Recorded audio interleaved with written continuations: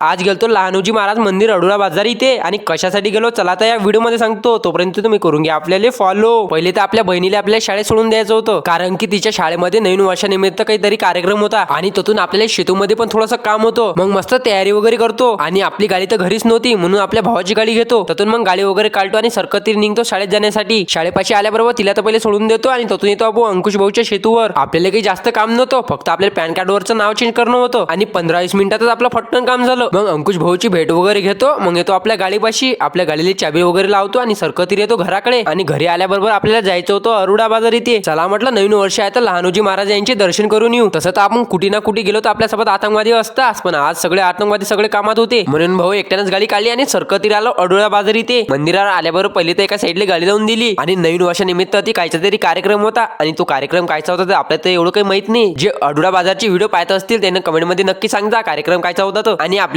Follow पण करून घ्या. लई दिवसाचा आपला विचार होता की लहानोजी महाराज यांचे दर्शन करून या, पण घरच्या कामामुळे आपल्याला कधी टाइमच नाही भेटला. पण आज शेवटी आपला टाइम भेटला तर आपण आलो मग दर्शन करायसाठी. आणि ती दरवर्षी भागवत असते आणि ते पाहण्यासाठी दूरदूरचे लोक येतात. ज्या दिवशी भागवत राहणार आहे त्या दिवशी आपण व्हिडिओ काढू आणि ते पाहण्यासाठी तुम्हाला फॉलो करायला लागते म्हणून म्हणतो आपल्याला फॉलो करून घ्या. मग तिथून येतो लहानोजी महाराजची समाधी झाली तिथे आणि दर्शन करायसाठी तुम्हाला मंदिराच्या अंदर जावं लागते. मग मस्त दर्शन वगैरे करतो. दर्शन वगैरे केल्यानंतर येतो बाहेर आणि नवीन वर्षानिमित्त आज चांगलीच गर्दी होती आणि आजचा तर महाप्रसाद होता आणि महाप्रसाद घेण्यासाठी दूरदूरचे लोक आलते. चला तर हा व्हिडिओ मी अतिच थांबवतो कारण की हा व्हिडिओ जास्तच मोठा होऊन जाईल. तर भेटू अशा एक नवीन ब्लॉग मध्ये आणि तोपर्यंत तुम्ही करून घ्या आपल्याला फॉलो.